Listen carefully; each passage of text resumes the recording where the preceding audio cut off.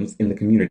What y'all don't count on and or expect is for the very feminine boys that the masculine gays kick out and say and reject and say that they don't want. You do not expect them to go out there and turn around and lance and pull the very masculine men that y'all trying to not only aspire to be but aspire to attain. So when EJ says I don't date gay men and gay men don't date me, they don't like me, he's telling the truth, and y'all know he's telling the truth. And you know he's telling the truth when he talks about how he goes into straight spaces and pulls straight men. He's not talking about actually straight men, because whatever those men do when they lay down with him, that's what they identify with when they lay out with him. When they get up and walk and pull their pants up and walk about that room, they identify and live their lives as a straight man. Now, if you want to call that DL, you would have to know to call it that. But usually y'all don't know. You only know what they tell you. And they'll tell you anything they got to get what they want. And we all know that. But using myself as an example, I tried to assimilate. I tried to be up the hierarchy. I tried to be what they wanted. But the minute I said fuck that and started being what I wanted, bitch, I started putting on my nails, growing my hair out, being the king motherfucking vixen. And guess what? I started pulling men, macho men that make those mask for ass gays look like damsels and debutantes. Do you understand me?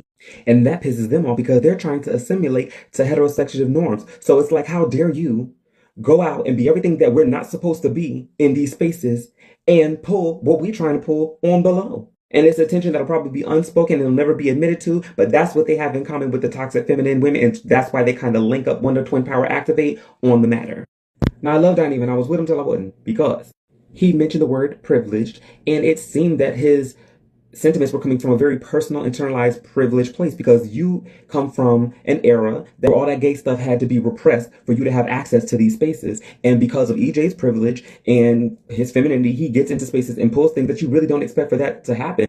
But it does. And Donnie, but let me use you as an example, because I am a fan. I have been watching for a very long time. I recall you being on the Queen Supreme Court live next to T.S. Patterson, and you telling a story, allegedly, about you and Benzino during the Love and Hip Hop reunion days, and y'all was in the bathroom, and you had a picture to prove what you had seen when y'all was doing the things and the ooh-la-las in the bathroom and all that. Now, that was a straight man that you met in a straight space. And guess what? When that straight man in that straight space was attracted to you, he wasn't attracted to Q with the Gucci cap on. He was attracted to my hair is laid like with your red lipstick on, the original Miss Funky Dineva Ross. And low-key, you need to bring that bitch back at least one Friday a month, because we love and miss that hoe.